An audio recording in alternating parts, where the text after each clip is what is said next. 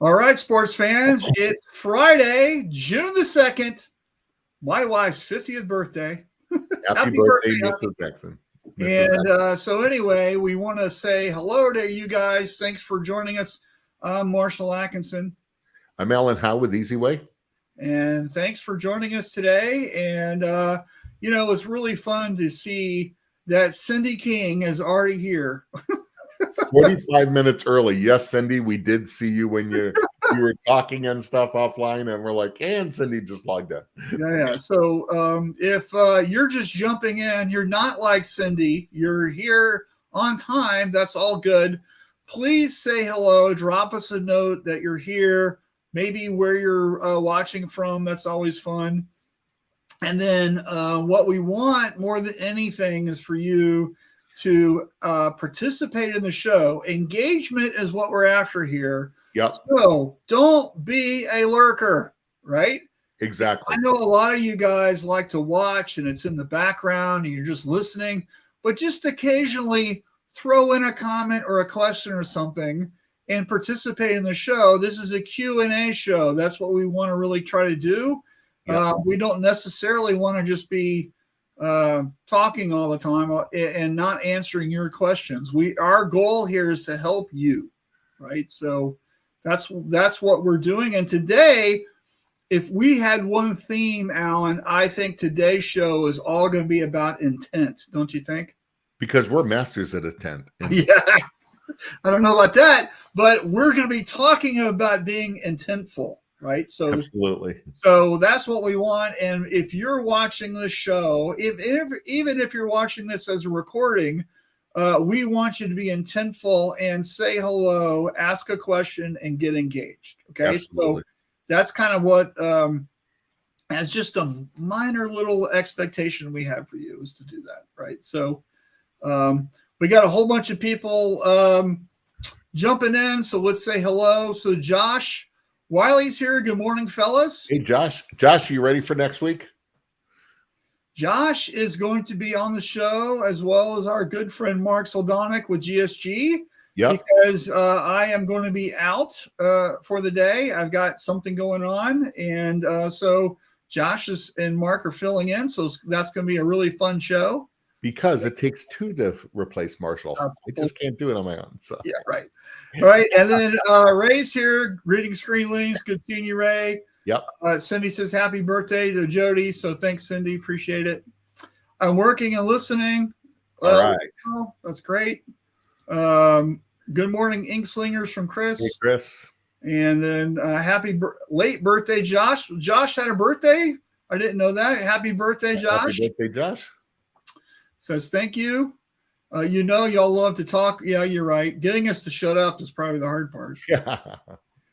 Josh so ready. Just sent Mark all the stuff we want to go over. Ooh, he's getting prepared, folks. He did. Mark told me last night. So I had a long drive home from Chicago yesterday, and Mark called me and we were talking about it. So I said, get that stuff over to us. Talk about being intentional. That's awesome. Exactly. And then Frank's here. Good seeing you, Frank. Hey, Frank from SNS. All right. Well, great. So anyway, so Alan, you were out of the office all day. I mean, all week, right? You were traveling around. You were in Chicago, right? I did. Even though it was a short week, I had a great Memorial Day. Hope you did too, Marshall. I know you spent days at the pool and I had a fantastic Memorial Day. And thanks so much to all of our service members who sacrificed. Absolutely. And we need to make sure we acknowledge that. Yeah. Anyway, it's but had a great day. I smoked a big chunk of pork and was in the pool. As I was kind of floating around, I finished one book and I got halfway through another one. So that works.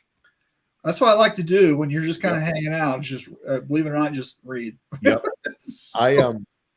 You know what? I had, of course, the new patio put in, so I spent the whole day putting grass seed around it and watering, but got The barbecue grill moved on it. Great. Barbecued some, grilled some pork chops and stuff. Had a great, just relaxing day of doing nothing. Just being I love pork outside. chops on the grill. Were they like the thick ones or like the thin ones? They were thick ones. There were just two of them. So, but they don't take long on the grill, so you don't want to overdo them. I actually have on my front porch right now 2 big boxes, starting off patio furniture I've ordered. So guess what I'll be doing this weekend? Putting patio furniture together. Awesome. I like pork chops. When I do pork chops on the grill, I coat them with olive oil, salt, pepper, and rosemary, and a little bit of garlic. Yep. Garlic powder, not garlic salt, garlic powder. And they're just so yummy. And you know what? I just didn't put anything on it. I just grilled them for a couple minutes on each side. You got to right. So I'm not a big salt and stuff like that, but I should, put more stuff on it, like garlic powder and salt. But yeah, it was just a quick. So I use by the way, I've used a blend that's salt, pepper, garlic powder. Yeah, I have that. Up and just that's what I use. I have a non-salt one of black pepper, red pepper, and a little cayenne, a mixture in it, which is good. Ooh, a little zippy. Yep. So, all right, cool. Anyways, but yeah. So, anyways, I was out of town, so all that to say, it was a great Memorial Day, but that made it a short week. But I did, you know what? I was intentional to be profitable on because I didn't do a whole lot the week before, but I was intentional in what I was going to do. So I was packed Monday night, and I left early Monday down to Chicago. I was at and had a great 3 days there working with the dealer and seeing some clients, and it was awesome. Easy Way does have barbecue chemicals, Ray. It goes under the label open pit in the grocery store. Yeah. So yeah, not. But yeah, so I had a great week down there. Learned some stuff. I have a dealer down there. We were in the south part of Chicago, and there was some shops I love. I'm going to give a shout out to Edward Franco. He's one of my dealer reps down there. And you know what? Fluent in Spanish, because there's some shops I went into, I could have never gone in there and been productive. It just amazes me. So if you speak another language, even a little bit, I am in awe of you. And if English is your second language, you are my hero. I feel like an idiot. But you know what? Habla español. Yeah. Well, that's what it was on there. But you know what? I just enjoyed it. But yeah, I learned some stuff and some stuff that's part of our topics. And it was a good week. Good. Hey, so let's get into it. I want to roll the commercial real quick, and so we can get the topics going. So we want to say a huge shout out to GSG. Thank you so much. Absolutely. And you guys Mark will be here next week. And so really maybe drop a comment next week about how much you appreciate them and the show. That would be great. So, absolutely. Anyway, here we go.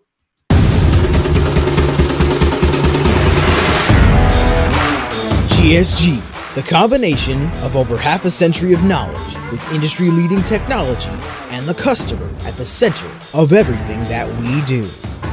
Graphic Solutions Group is a powerhouse distributor of traditional screen, sign, wide format digital printing, embroidery,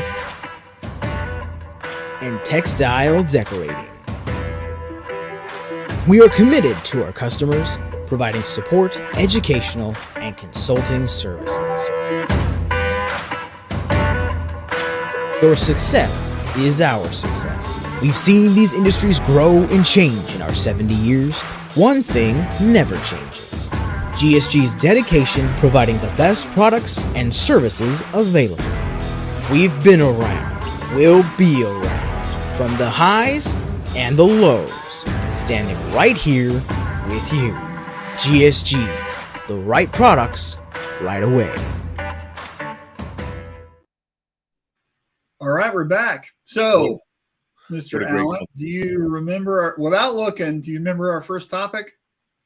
What's a good number? Bam. But I had to look. I have it written. Like a steel trap. You saw me. I had to. My mind is a steel trap. But I'm afraid one day it's going to go off. Or is a rusty trap. Yeah, like a steel trap. I'm afraid one day it's just going to go off, swallow my face, and break my neck. It'll be Yeah, weird. right. All right. So this was something I wanted to talk about today. It's come up numerous times this week with some of the coaching calls and some of the things that I've been working on. And so what I mean by this, I'm a big believer, as you guys know, in measuring things and what is a good number. And this could be production related, sales related, error related. It could be anything. All right. So I want you to be thinking about this, especially your weakest points in your shop. What do you think isn't working quite right? Yep. I want you to think about that. And here's the idea with this is, what is a good number? And let's just say, for the sake of argument, let's talk about sales. Okay. It could be production. It could be how many screens a day you're doing. It doesn't matter. Right. But let's just stick to one thing and build this out a little bit. Right. So let's just say it's sales. So what is a good number? And let's just talk about, and here's that key word we mentioned earlier, intent. Yep. So if our intention is to make outbound sales calls, what is a good number on how many sales calls somebody should be making a day, right? Is it 2? Is it 20? What is the good number we should be shooting for? Okay. And then if you dial this in and it becomes a repeatable thing, right? What is a good number? Then we know, did we achieve our goal or not? Mm-hmm. And I'm a big believer in posting a number, and it should be an achievable number, not something ridiculous. It should be an achievable number that you can get, but it needs to be pushed up a little bit to really kind of like give you a little edge to it, right? So you could say, I'm going to make 50 phone calls a day. If that's all you do, that's probably achievable. Okay. Yep. But if you've got other tasks that you have to do all day, maybe not so much. Right. So and if you don't know how many calls, what a good number is, maybe for 2 or 3 weeks, you just track how many calls you're actually making. Right. And then you could say, okay, my number is going to be 10 or whatever it is. Right. So that's the goal that I'm trying to hit with outbound calls a day is 10. And then you could get like one of those big paper calendars. I know you guys have seen those, desk calendar. And then you could say anything over 10, we write a big number in green. Anything under 10 is a red number, whatever it turns out to be. And then how many red numbers show up a month? It can be just that easy. It doesn't have to be complicated or hard, okay? And this could also apply to other departments. How many screens are you reclaiming a day? How many ink custom colors are you mixing a day? How many custom designs are you creating a day? How many whatever? How about how many errors are you making per day you have to redo? How many errors a day are you making? Okay. Yep. So it's like, what is the number? Okay. It doesn't matter what the number is. I want you to establish what is a good number, right? And the goal here is for you to be really looking at this stuff. This could be how many impressions an hour you're printing, or how many minutes a screen is the setup time. It could be really virtually anything. Okay. And for embroidery, right? How many stitches are we running a minute, right? Mm-hmm. What is a good number, right? And so how many thread breaks do you have every day? Yep. Right? Is it 0? How many screens do you have to redo? Right? So what is the number that we want, right? That's what we want to track. And I want you to think about your weakest link in your shop. Yep. Is it employee attendance? Is it how many minutes late somebody is? It could be anything. Okay. So in the comments, I would love for you guys to share what you think the weakest thing in your shop is, and then maybe a number that you think you might have, or maybe what it should be, that kind of stuff. I think if we shared a little bit, we could kind of broaden this discussion up a little bit. Agreed. So kind of share with you your thinking on numbers. Yep. So we have some down there. Chris posted. Okay. So let's share some. So hey, Richard's here. Hey, Richard. I know you know all about numbers. Richard, what's your thinking on this? Yeah, I'm sure. Go ahead. You're allowed to chime in. Yeah, and there's probably something from Paul Akers in there somewhere, right? There would have to be to give permission. Dan's here. Hey, I'm Dan. with you from Tennessee. Good seeing you, Dan. Lakeisha's here from Omaha, Nebraska. Good seeing you, Lakeisha. Chris says it's 666 because he's a Satan worshiper. No, just kidding. Yeah, exactly. I have a 6 press, so I try to make 6 cold calls first thing in the morning, reclaim 6 screens a day, and coat 6 screens every day. That's great. You know what? And there it is. There's a number that works. Yeah. So how often are you hitting that? Is that every day? Is it easy? If it becomes easy, what if it was 777? Maybe bump it up slightly. Yep. And then it won't be so satanic either. Yeah. But you shouldn't be pitching on the outbound call, right? Well, it depends, right? Yeah. So, sometimes it's where you are in that relationship. Is this a brand new cold call? Then you just want to get to know them. If this is the 17th call and you know they have an event coming up in August, maybe it's about, hey, let's talk about your design that we might be doing for you, right? Yep. So it's situational, right? But the idea here is that you're making outbound effort to get the sale. We don't want to be a spider waiting in the web for the fly to land. We want to go out and get the stuff, right? Yep. So that's the idea here, right? I got another thing, Keisha, on the outbound call thing. And Marshall's right, it depends. But you should be ready because everybody needs to have that 30-second elevator pitch. Jeffrey Gittimer talks about it perfectly on there. And if you don't know what the elevator pitch is, that's like when you meet somebody in the elevator, you're given the pitch real quick. You're able to describe what you do, how you do it, and how you could be of service. I was just talking about this earlier today, right? Yep. And the thing that because somebody asked me a question and I said, and they're making a big sales presentation. And my suggestion was to answer this question, which is, why should anybody do business with you? Absolutely. And it can't be about quality. Yep. It can't be about customer service, because when you start talking about that, those are default answers. You have to have quality. You have to have good customer service. When you start talking about that, people think you're a used car salesman. Yep. If you have customer testimonials that talk about that, that's what you insert in there, because that's not you saying it. When you say it, nobody believes you. When your customer says it, that's something different, right? Absolutely. So what we want to do is we want to sell on a basis of trust, right? So you can use stats, you can use evidence, you can use social proof. That's what you put in your presentation. Anyway, sidetrack there. So Richard says, look, okay, only one of us drives today, Alan. No, my fault. I was trying to. You or me. I was trying to scroll it up. My bad. Right. So when you count impressions, do you mean complete images or for a 6 color design asking for a friend? Right. Yep. All right. And Josh says 45 to 60 screens a day, 7 to 10 jobs or one large job. Screen embroidery needs to be getting 850, 900 stitches per minute with 6.5 hours a day.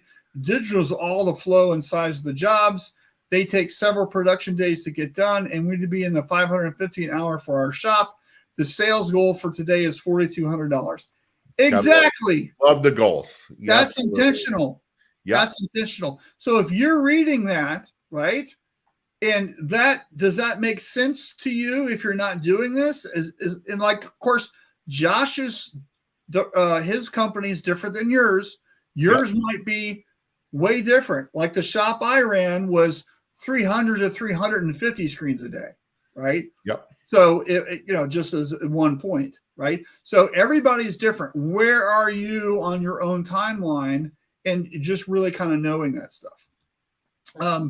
Ray says, in the word of screen pre-press, what my client is measuring too often fails because they do not have specs to measure to. Good point. Yep. So what should it be, right? That's a great point. Yep. Um, You can measure screen tension, but what are you doing with that information? Yeah. Well, are you retensioning screens? Are you pulling them out of service? If you're using static frames, what are you doing, right? Yeah.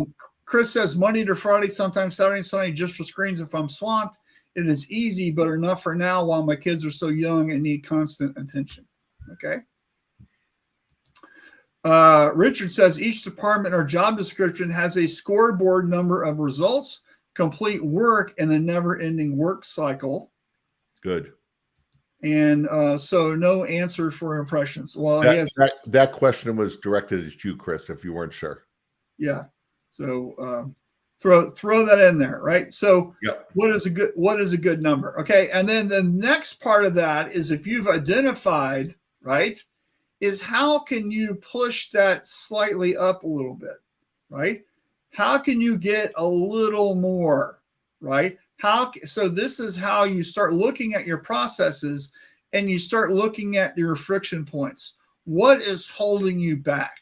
Right. What is making it so you're not getting just slightly more? These are the little moments, okay? If you start looking at this stuff without anybody really working harder at all, you could be achieving more because you're flattening out that speed bump for somebody somewhere.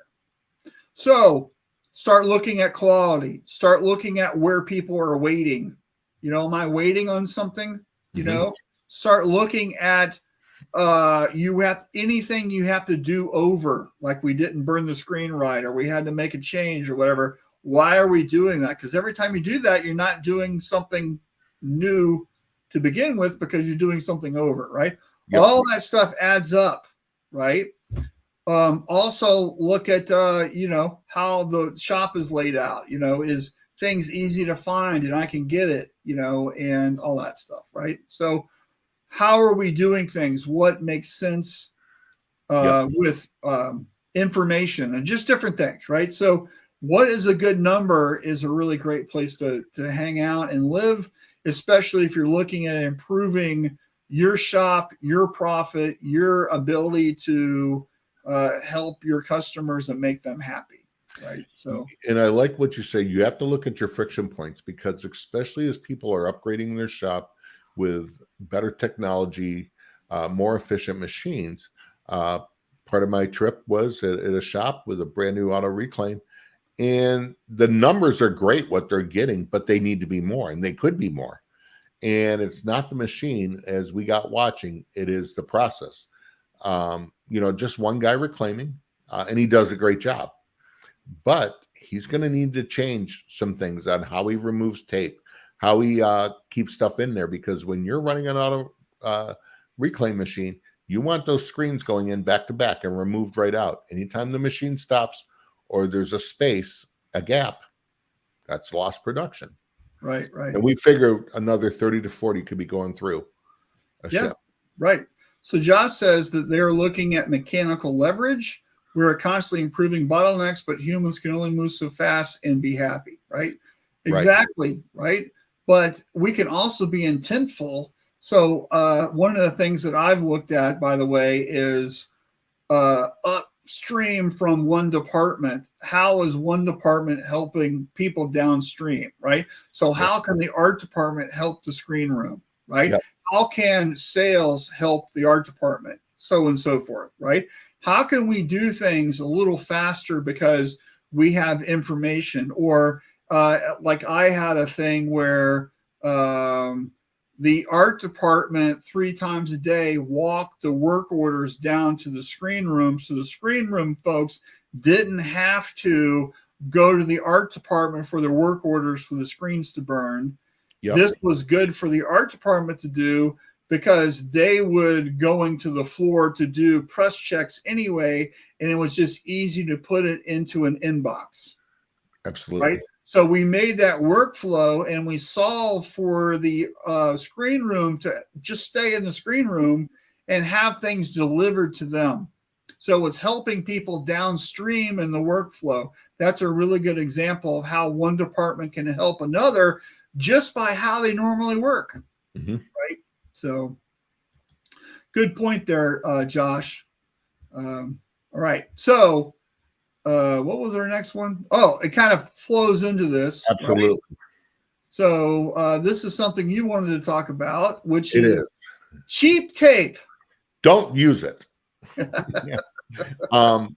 And this came from a workflow thing. One of the accounts I was in, and the production manager and I are talking, and we're looking at some of their processes, and I'm watching him struggle with removing tape. And he's telling me, going, I am getting such a great deal on this stuff. How can I not use it?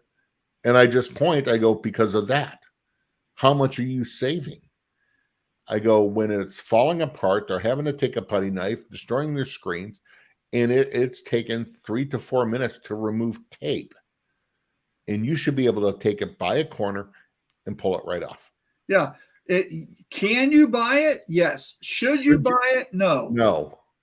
Okay. And I don't want to know if you're using packing tape or masking tape or anything like that, because it will make me insane.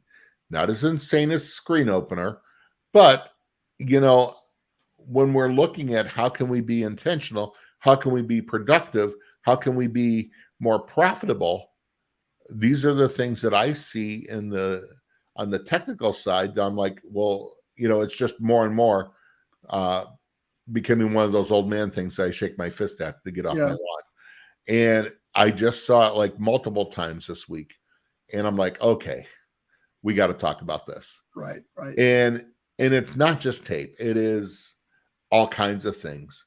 Don't use, and I hate to say it, don't use cheap chemical. Don't use, just because it's cheaper, it may not be better. Using twice as much as whatever. It has to work. It has to work. Got to work. And I've talked about this before, but one of the things that I was always doing was looking at supplies and testing, and just having the mental, is there something better out there that I don't know about? Absolutely. Right. No. And then I would do what I call the taste test, where I would order in a couple things and we would try it out, and we would make everything constant. Like I did that with white ink. I did that with emulsion. I did that with shrink wrap. I did that with palette adhesive. I did that with all kinds of products. Right. Yep. And so I was always looking, can I source it local? Can I get it better? How does it perform? Whatever. And the idea here is that you shoot bullets, then cannonballs, right? So we want to do a lot of little small tests. And then if it works in this one situation, we keep putting it through the ringer and then we have multiple people do it. And then we'll decide if we use it for everybody, right? I did that with roller squeegee. I did that with just all kinds of things, right? So we wanted like experiment with stuff. And let me tell you, cheaper, least expensive isn't better if it requires more labor, right? Yep. Isn't better if you have to spend more time, okay? We can always make another dollar, but we can't make another minute, right? Yeah. So we have a bunch of stuff to do, right? That cheap thing, it's 10 more minutes to whatever that project is, right. Okay? Is that really saving you money? So just be thinking about that, right? This same company, not only were we talking about the tape of them, and like I said, if you're using a tape, and I'll throw out GSG carries it, PMI tape. You know what makes PMI tape great? If you tape it the correct way, you could be able to grab a corner and it peels right off. Yeah. You can not just peel it off, you can peel off all four sides. All of it. Absolutely. Yeah. So, now, the other thing is too much ink left on the screen. One, the labor cost of them having to scrape that off, and then the sustainability waste. We're talking white ink, black ink. I'm seeing large amounts, and I'm like, you could print 5 more shirts with what's left on there. Yeah, well, how come that? Is it a plastisol shop? Or it is. And so why didn't that get back in the bucket? It shouldn't be in the screen room. Exactly. The screens should be already carted off, so there's hardly any ink on the frame. Exactly. That is a production floor manager issue with the press. Well, and the production supervisor and I were there, and the operations manager, I said, all right, this is my recommendation. I have no skin in this game, except, you know what? You want to keep a bunch of ink on there, you're going to buy more chemical from me. Thank you very much. Yeah. But scrape it off, put it back in the bucket or the container if it's been modified, and my gosh, use it again. All we're talking about is cost of materials. How about now the cost? And I said, how about the cost of labor, which is more than materials now? Yeah, right. So yeah, for goodness sakes, people, I mean, I feel like a broken record sometimes going into shops of saying the same things. Don't do it if you're doing that. So right. So Dan says his press operator's been out for a few days, and I stood in for printing. It was then I realized it did not supply with the right tools in his immediate area for quick success. absolutely. So every press should have the same set of tools. Yep. Should have them in the same area, right? It's a mise en place kind of a situation, right? We should have a standard set of tools that is replicated by how many workstations that you have. So I don't have to walk across the floor to get a utility knife or a tape gun or a magic marker or whatever. Everything should be right here for me within an arm's reach on a cart, on a table, in a bin, or whatever situation you have. And that's true at every catcher table. That's true for, like really virtually everybody. You should have multiples of everything. And because let me tell you, if I have to walk across the floor to get a tape gun, now you're fighting over a tape gun. How ridiculous is that? Yeah, get it for free from Uline. I've been in shops where the tape gun was such a prized commodity. I went to one shop where some catcher bedazzled her tape gun so she knew where it was because it had all the rhinestones all over it. Unreal. Right? Because this was Cheryl's tape gun. Yeah. You better not touch it.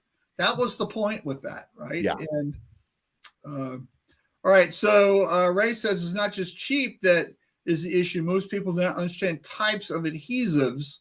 That and buying good type in the proper bulk makes it affordable. Correct. Yep. And then he says sometimes low effort ink scraping is as simple as buying or making the right scraper tools, right? You can get the cardboard cards. Like, I mean, they buy them by the thousands, right? I mean, exactly. They're cheap. The cleanup cards. Yeah. So, have the right tools. So professionals invest in the right tools. Yep. I don't think anybody watching this show is a hobbyist. Are you guys hobbyists? Yeah. Are you in this? Are you professionals? Yeah. Professionals use professional tools. Exactly. Right? Just go to anybody building a house and look at what the carpenters use, right? Are they using some knockoff brand skill saw, right? Or are they using the real thing? Yep. What our friend Jeff McHugh always said when he, before he retired, when he was doing screen seminars, what's the difference between a professional screen maker and a novice, a non-professional? Professionals have tools and they know how to use them. Yes. And that's exactly it. Yeah, right. So I'm a big believer in getting the right thing, right? It just makes things so much easier, right? And then do you have the right tools but are in the right spot? Are you set up for success by having things easy access, right? Yep. By the way, I just realized my microphone was all the way on the other side of my desk. You know what? You were sounding fine. I just bought a new microphone, so that's very interesting. Meanwhile, I still have mine. It's on the boom. I keep it out of sight. Right. Oh, here you go. Or are you a professional hobbyist? Ooh. Right. All right. So it's time for our mini commercial here for GSG. So, Alan, you're doing that today. So what are we sharing today? I have the controls on this. So here we are in the pulse. Whoops. Add to stream. There we go. It's the last one. There you go. Right there. So if you don't know what the Pulse is a monthly digital magazine that GSG has, and it's in print too. If you go to gogsg.com, click on the Pulse, and it'll be there. It's their quarterly specials. So every week we go through and we pick a product. Here's what the product is now. We have talked before about DTF a lot. DTF is here and everything. And I saw in page 2 of the Pulse today, the Fumex filtration system. And what this is an air filtration system. So if you are doing DTF, we know that the powder is needed. But we have also discussed, Richard Greaves, you were in on this conversation when we had Dr. Ray work there, that there are some health hazards to the powder. So be very careful with it. This could be a game saver. This could also be used around, I think, adhesives and other things on there. One thing that we do as textile printers is we make a whole, or apparel decorators, we make a whole lot of one thing, and it's lint. So, man, air quality is important, especially now when there's powders for DTF. I'm glad there's a solution for that. For in the room, it says right there, it can be used with the color drop system, which is the system, the DTF system GSG sells, but it can be used with other systems also. There's no price on it, but it's right there. Call and check on this. But that's something I wanted to bring to our attention. You know, air quality is so important, and keeping your employees safe and healthy is so important. So if that's something that's important to you, check that out. Also, I've done a lot of stuff with sustainability, and part of the sustainability audit is checking air, water, all of those qualities. Like what is what's going down the drain, like really looking at this stuff, having an air quality test. Usually there's an environmental person you can bring in to check your air quality. This is something that's all part of that ecosystem thing. And if you do stuff with major brands, they usually have an audit that you got to do once a year. And these are the questions they ask. So having this type of tool, I think, would really help alleviate any worker health hazard fears from your clients. So anyway, so that's good. And then Ray says Fumex makes great stuff. We use it at our solder stations and milling stations and the circuit board end of the industry. That's awesome. That's good to hear then. So, testimonial. Yeah, love absolutely. It. All right. So great. So earlier we were talking about intent. So we also want to talk about today being intentional with time. Right. So I said earlier that you can always make another dollar, but you can't make another minute. So if we think about our time that we're spending or our employees are spending, what are we working on? What is slowing us down? What is the boat anchor? Right. Like if we're thinking about our time and we're proactively thinking about our time, right? Are you doing any sort of time blocking where, every day you do stuff between this hour and this hour, and that's when you make your sales calls, or that's when you do your accounting or whatever, right? What are we doing with our time? And then also, how long should these things take? And so I think if we really kind of think about that stuff, and if we look at our day and how we're spending our day and we're more intentional with our day, this is how you learn to be more effective with your time, is by really looking at it and being proactive and not just letting things happen willy-nilly. Yep. Well, and I like what you said about being intentional of knowing what that time should be. Now we're back to measuring. Yes. So, absolutely. And we have to protect things. So, if we're thinking about sales, and as you're a salesperson, right? We have a golden hours of sales, which is when most people will pick up the phone, right? Yep. It's not 6 o'clock in the morning. It's not 12:30 at noon. It's not 8 o'clock at night, right? It's, arguably between about 8:30 and maybe about 11:30, and then maybe about 1 o'clock to about 4:30, right? Yep. And then so if you're a salesperson, right, this is when you make your outbound calls. This is not when you clean your desk. Right. This is not when you do your expenses. This is not when you, start working on that sales presentation, right? This is when you're making your calls to your clients, right? Those other periods of time, that's when you do all that stuff.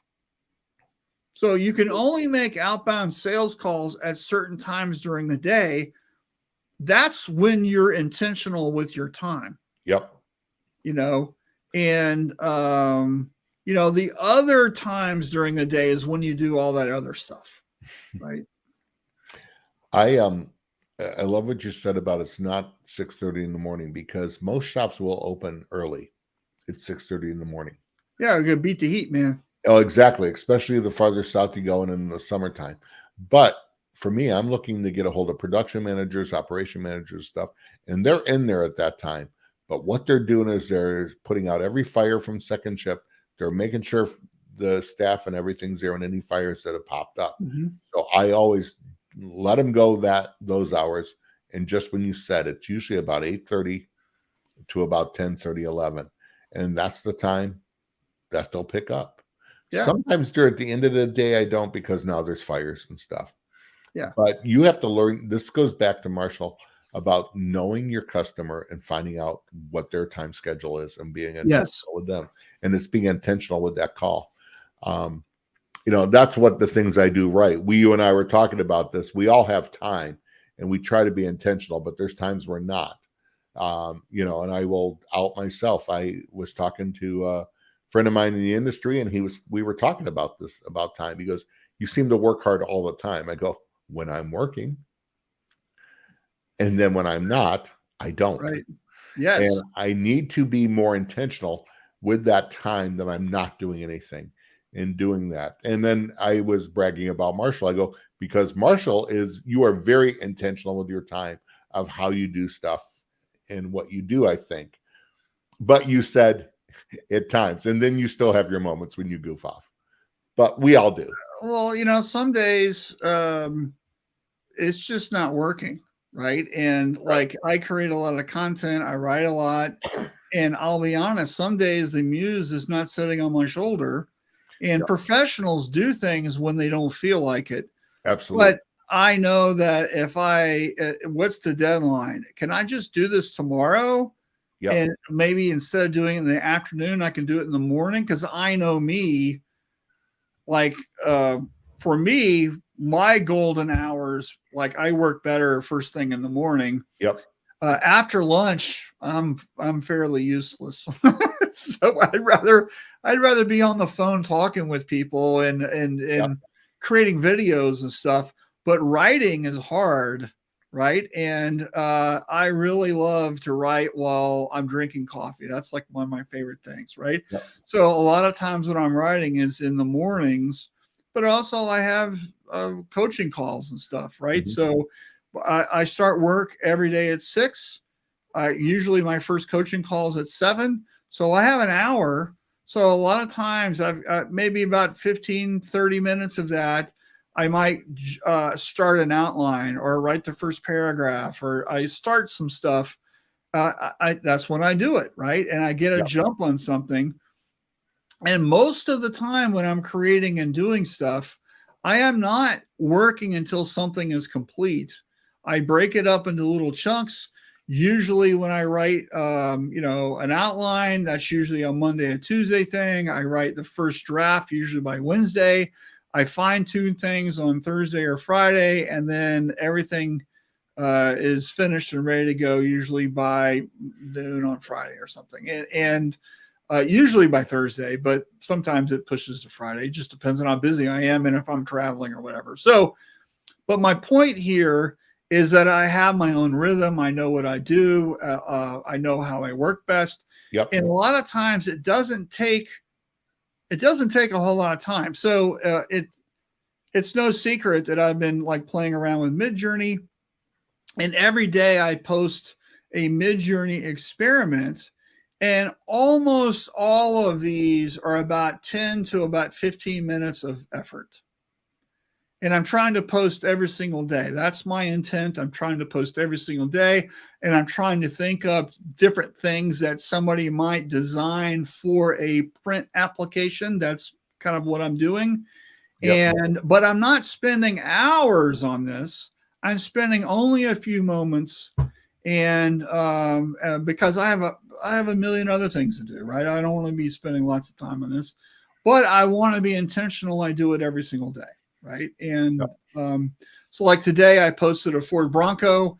To be honest, I created that yesterday because today is my wife's birthday, and I had other things to do today. So I was intentional to know that I still needed to post today on Friday, but I made the thing yesterday, right? So, but I didn't spend a whole lot of time, and that's the point. Is I'm trying to do things. I'm trying to just post regularly, and it's just being more intentful with what's going on, right? So what is, I guess the question I want to put out to everybody there, what is the time suck? Where are the places you're not intentional? Yes. There. I have things I need to do that I need to be more intentional with. Like I said, Marshall and I talked about them before off camera. I was talking with, actually, I'll say who I was talking. I was talking with Dave Harding from DCA Lease. We need to have him back on, man. He was on early in our. Yeah. Let's do it. What a great guy. And him and I were talking and, talking some business stuff, and just got talking on this because he's the same way. And some of you, I know Chris has kids and stuff to deal with. Dave Harding's the same way. He goes, we're talking about his time. He's still got to be, he has his oldest, I think, is 5. He has 2 girls, him and his wife. And yeah, that's, Marshall, you've had kids. It takes time being a families. Hey, everybody knows family's number one, right? Absolutely. So I'm going to be doing family stuff that supersedes anything. Yep. But you have to carve time out for them. Absolutely. Right? And so could be because it's a birthday, because it's they're sick and you need to take care of them. It could be because my son Jack, he's in college, and I you got to move the guy into his dorm, right? So like there's things you got to do for people, and those always come in front of work, right? Because to me, family's number one. And at the end of the day, nobody's going to remember that you made that phone call, but they're going to remember that you missed their birthday or their game. Yep, exactly. Or you weren't like they had to move into their college dorm by themselves. And you weren't there.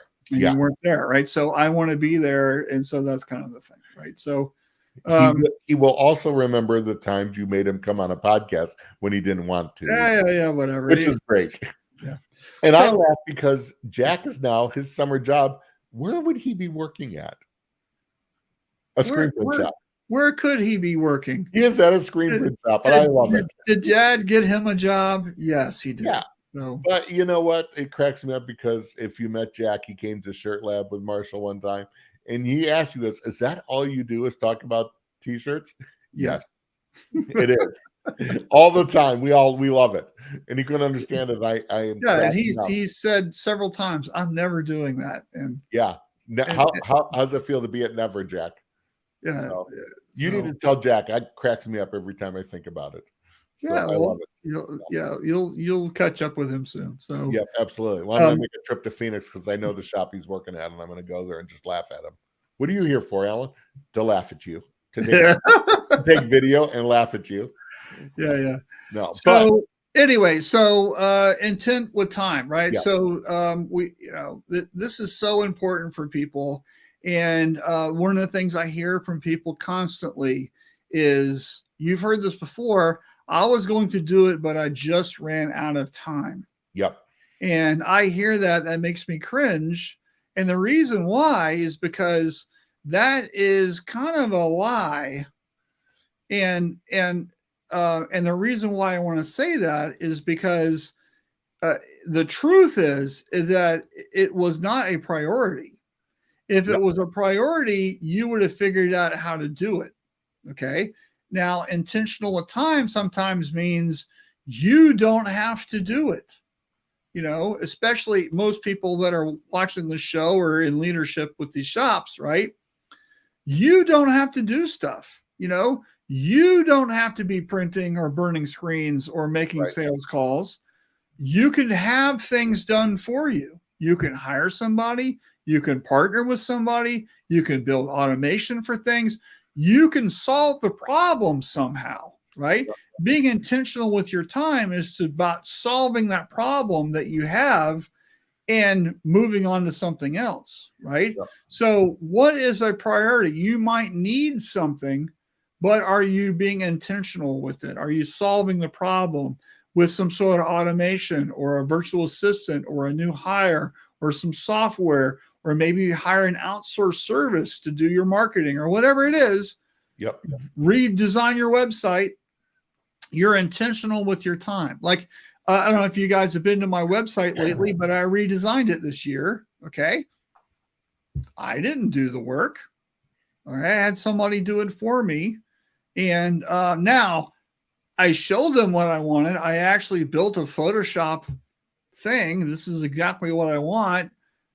I was very intentional with it because I didn't want to waste our time, have a bunch of revisions and stuff. I gave them exactly how I wanted it to look and feel. We had a meeting, we had an outline. I was very specific about it and handed it off to them. All I had to do was to use my thing as a blueprint and go, right? And because of that, it didn't cost me really an arm and a leg to do it.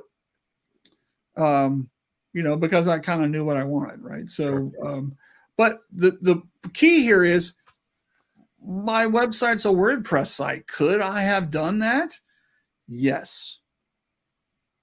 But it was worth it to me to pay somebody else to do it so I could be doing other things, right? That's exactly the whole thing. So anyway, and I think, don't really see any comments here, so I guess we have you stumped.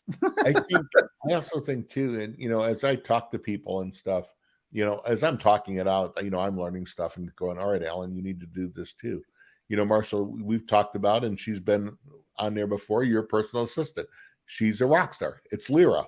She's awesome.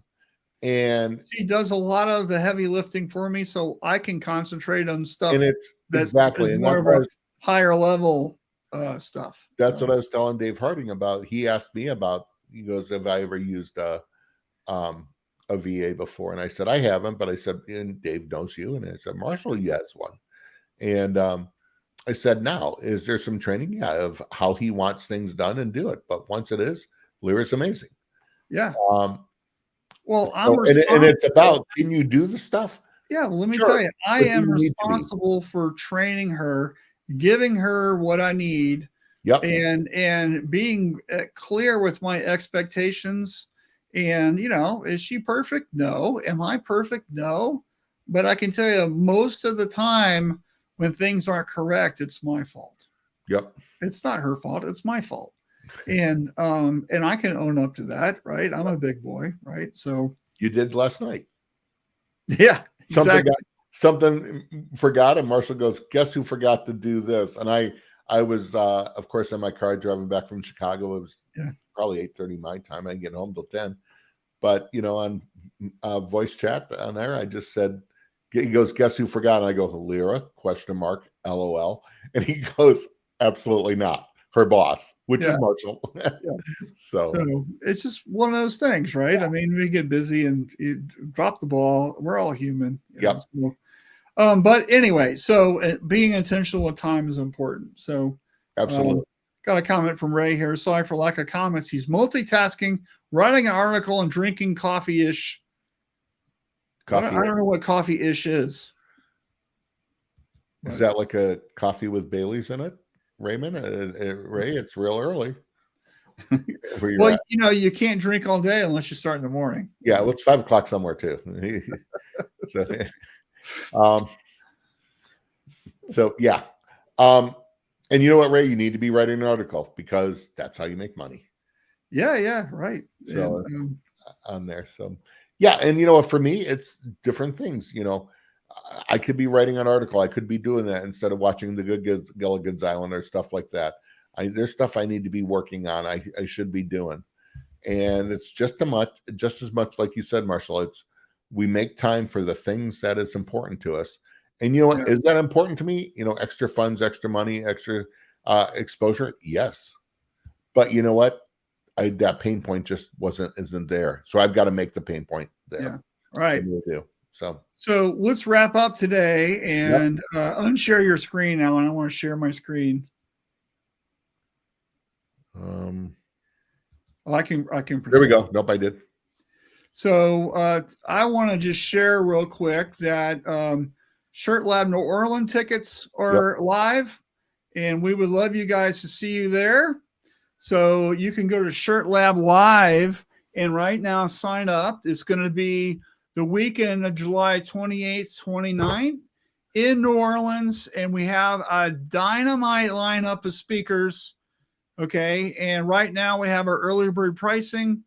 If you're Shirt Lab Tribe, you get $200 off, but right now it's $100 off if you sign up by the end of June. So we'll be talking about this every week probably. But so we've got a great lineup of speakers. We have our networking event Friday night. Josh is watching right now, and he has won the Rock, Paper, Scissors Championship Tournament and got that Vision IQ 360 hat press. We award that to the champion of that tournament. That takes place at our networking party on Friday night. We're still locking that in, but it's going to be a lot of fun. And then our event is all day Saturday on the 29th. This is going to be at a professional office space thing that has an auditorium. It's right downtown, kind of right off of the main part of New Orleans. Our hotel that we have is right across the street. So if you book there, you just walk across the street and you're there. And that's going to be on the Saturday. And then Saturday night, we have our VIP dinner. Again, we're lining up. We don't have the exact spot right now, but that is a dynamite event where you can hang out with other industry folks. Plus, all of the speakers are there, so you can sit with the speakers and ask them questions and all that stuff. And then it's a lot of fun. But I highly encourage you guys to join. Here's our hotel block, which is a Marriott. It's called the Q&C Autograph Collection. This is an older building, but they've renovated it. It's a boutique hotel. It's a really great rate we've got. I think it's like $110 or something, which is pretty good.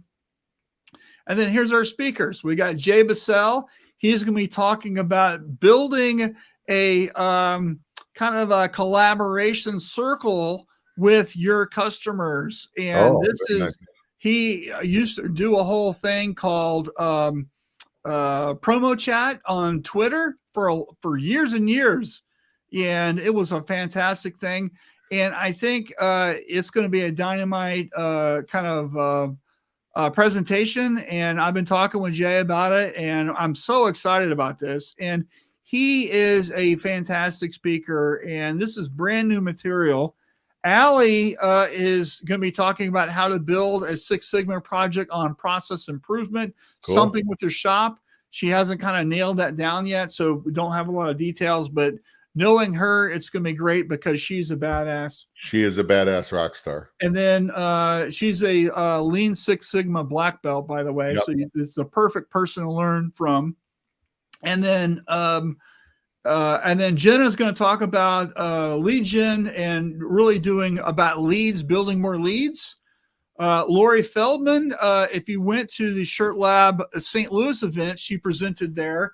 She's going to be doing a whole thing on maximizing revenue with drip marketing. And she's going to be giving you a tool that you can use immediately to build a drip marketing sequence. And it's going to be a fantastic thing. And I'm very excited about it. She is so stoked about presenting. It's not even funny. Tom, of course, is doing a whole thing on referrals and really building your referral program. And he's going to be giving you a step-by-step how to build your referral engine. He gets a lot of business from referrals. So I think this is going to be a really excellent presentation for Tom. And then our keynote speaker is Mike Michalowicz, of course, who wrote Profit First and a whole bunch of different things. He has a new book coming out called All In, and his presentation is going to be about that, which is all about how to hire and retain employees, which I think is a pretty topic that resonates right now with tons of people. and this guy is just such a dynamic speaker, and this is all new material. But guess what? He's the Profit First. He wrote that book. So here's why: if you run Profit First, you can have dinner with this guy at the VIP dinner. Also on the networking party Friday night, you can hang out with him and maybe beat him in rock, paper, scissors. Who knows? Okay. So it's going to be such a fun thing.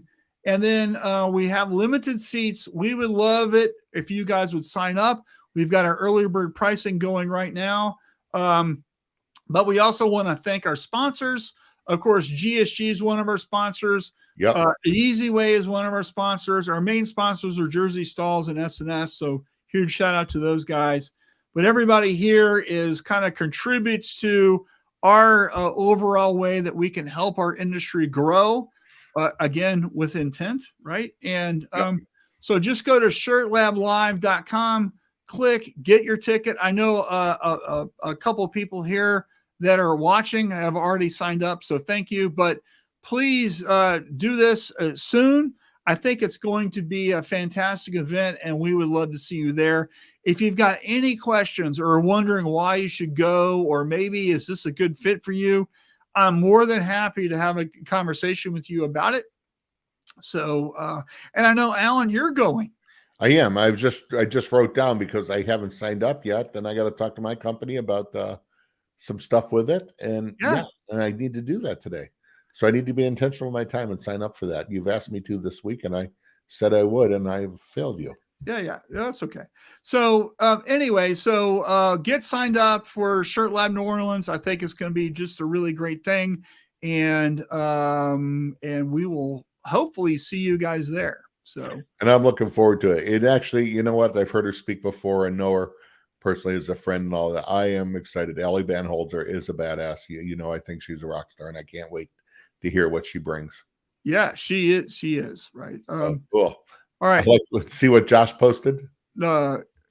Still killing it with that press, and have another one now, looking to add another one soon. You can win it. Can you whip Josh's ass in rock, paper, scissors? Because he's coming to defend his title, right, Josh? You're coming to win another one. Sign up yet, but would love to see you there so you can win one.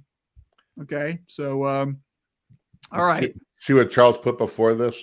Yeah. Now, me wasting my time with Gilligan's Island. Well, actually, Charles, Gilligan's Island term is what I use when I'm doing anything but what I'm supposed to be doing. So that's what I just say. So, that's a great term. I haven't used that. And because it was from back in the day, and we would just say, you know, when we worked at home before the internet and stuff, we did have an owner who had a good sense of humor, but sometimes one guy would call him. He'd call him about something, and he would just go, "Hold on, Larry, let me call you back. This is a good Gilligan's Island's back on," and just hang up and drive the president nuts. And we heard that, and we're dying. But Gilligan's Island is on, and he would say, "Not the good Gilligan's Island. This is a good Gilligan's Island." I'll call you right back. Click and hang up like he's watching TV, and then call him back 15 minutes later and say it's a commercial. Yeah. It was so funny, but so that's why we do that. But that's the term for anything you hear me say. It's really not Gilligan's Island, but I'm doing something that I should be doing. I should be more intentional in my time. Yeah. So Ray is explaining his coffee thing, meaning his cup was empty and he was too busy to walk to the counter. Appreciate that. Yeah. And then Cindy says, "Thanks. Have a great weekend." Thank you, Cindy. And I appreciate you, Cindy. Thanks for watching every week. Appreciate you. I also like that Charles has been lurking the whole time, and the only thing he's responded on is me watching Gilligan's Island. Thank you so much, Charles. Yeah, well, he's busy working. Working in New Mexico. Yeah. So, cool. All right, everyone. So, hey, thanks so much for watching this week. We really appreciate you. We'd love to see you guys sign up for Shirt Lab. If you've got any questions about that, let me know. That's shirtlablive.com. It's pretty easy to remember. And would love to see you there. It's going to be a fantastic event. And as usual, but we're also doing some new things that we've never done before. So that's kind of going to be kind of fun. So, and Marshall, I just thought of something. In a couple of weeks, I'm going to be at GPX Indianapolis. Graphic GSG is going to be there with M&R. I'm going to be walking the floor. So if you're going to be there or thinking about going, let me know. Let's have lunch or breakfast or Yeah. coffee or something. And I know Mark Soldanic's going to be there, people from GSG. So introduce yourself, tell him you said hi and all that. So, yeah. Awesome. Hey, we'll see you guys later. Appreciate each and every one of you. Take care. Have a great day. All right.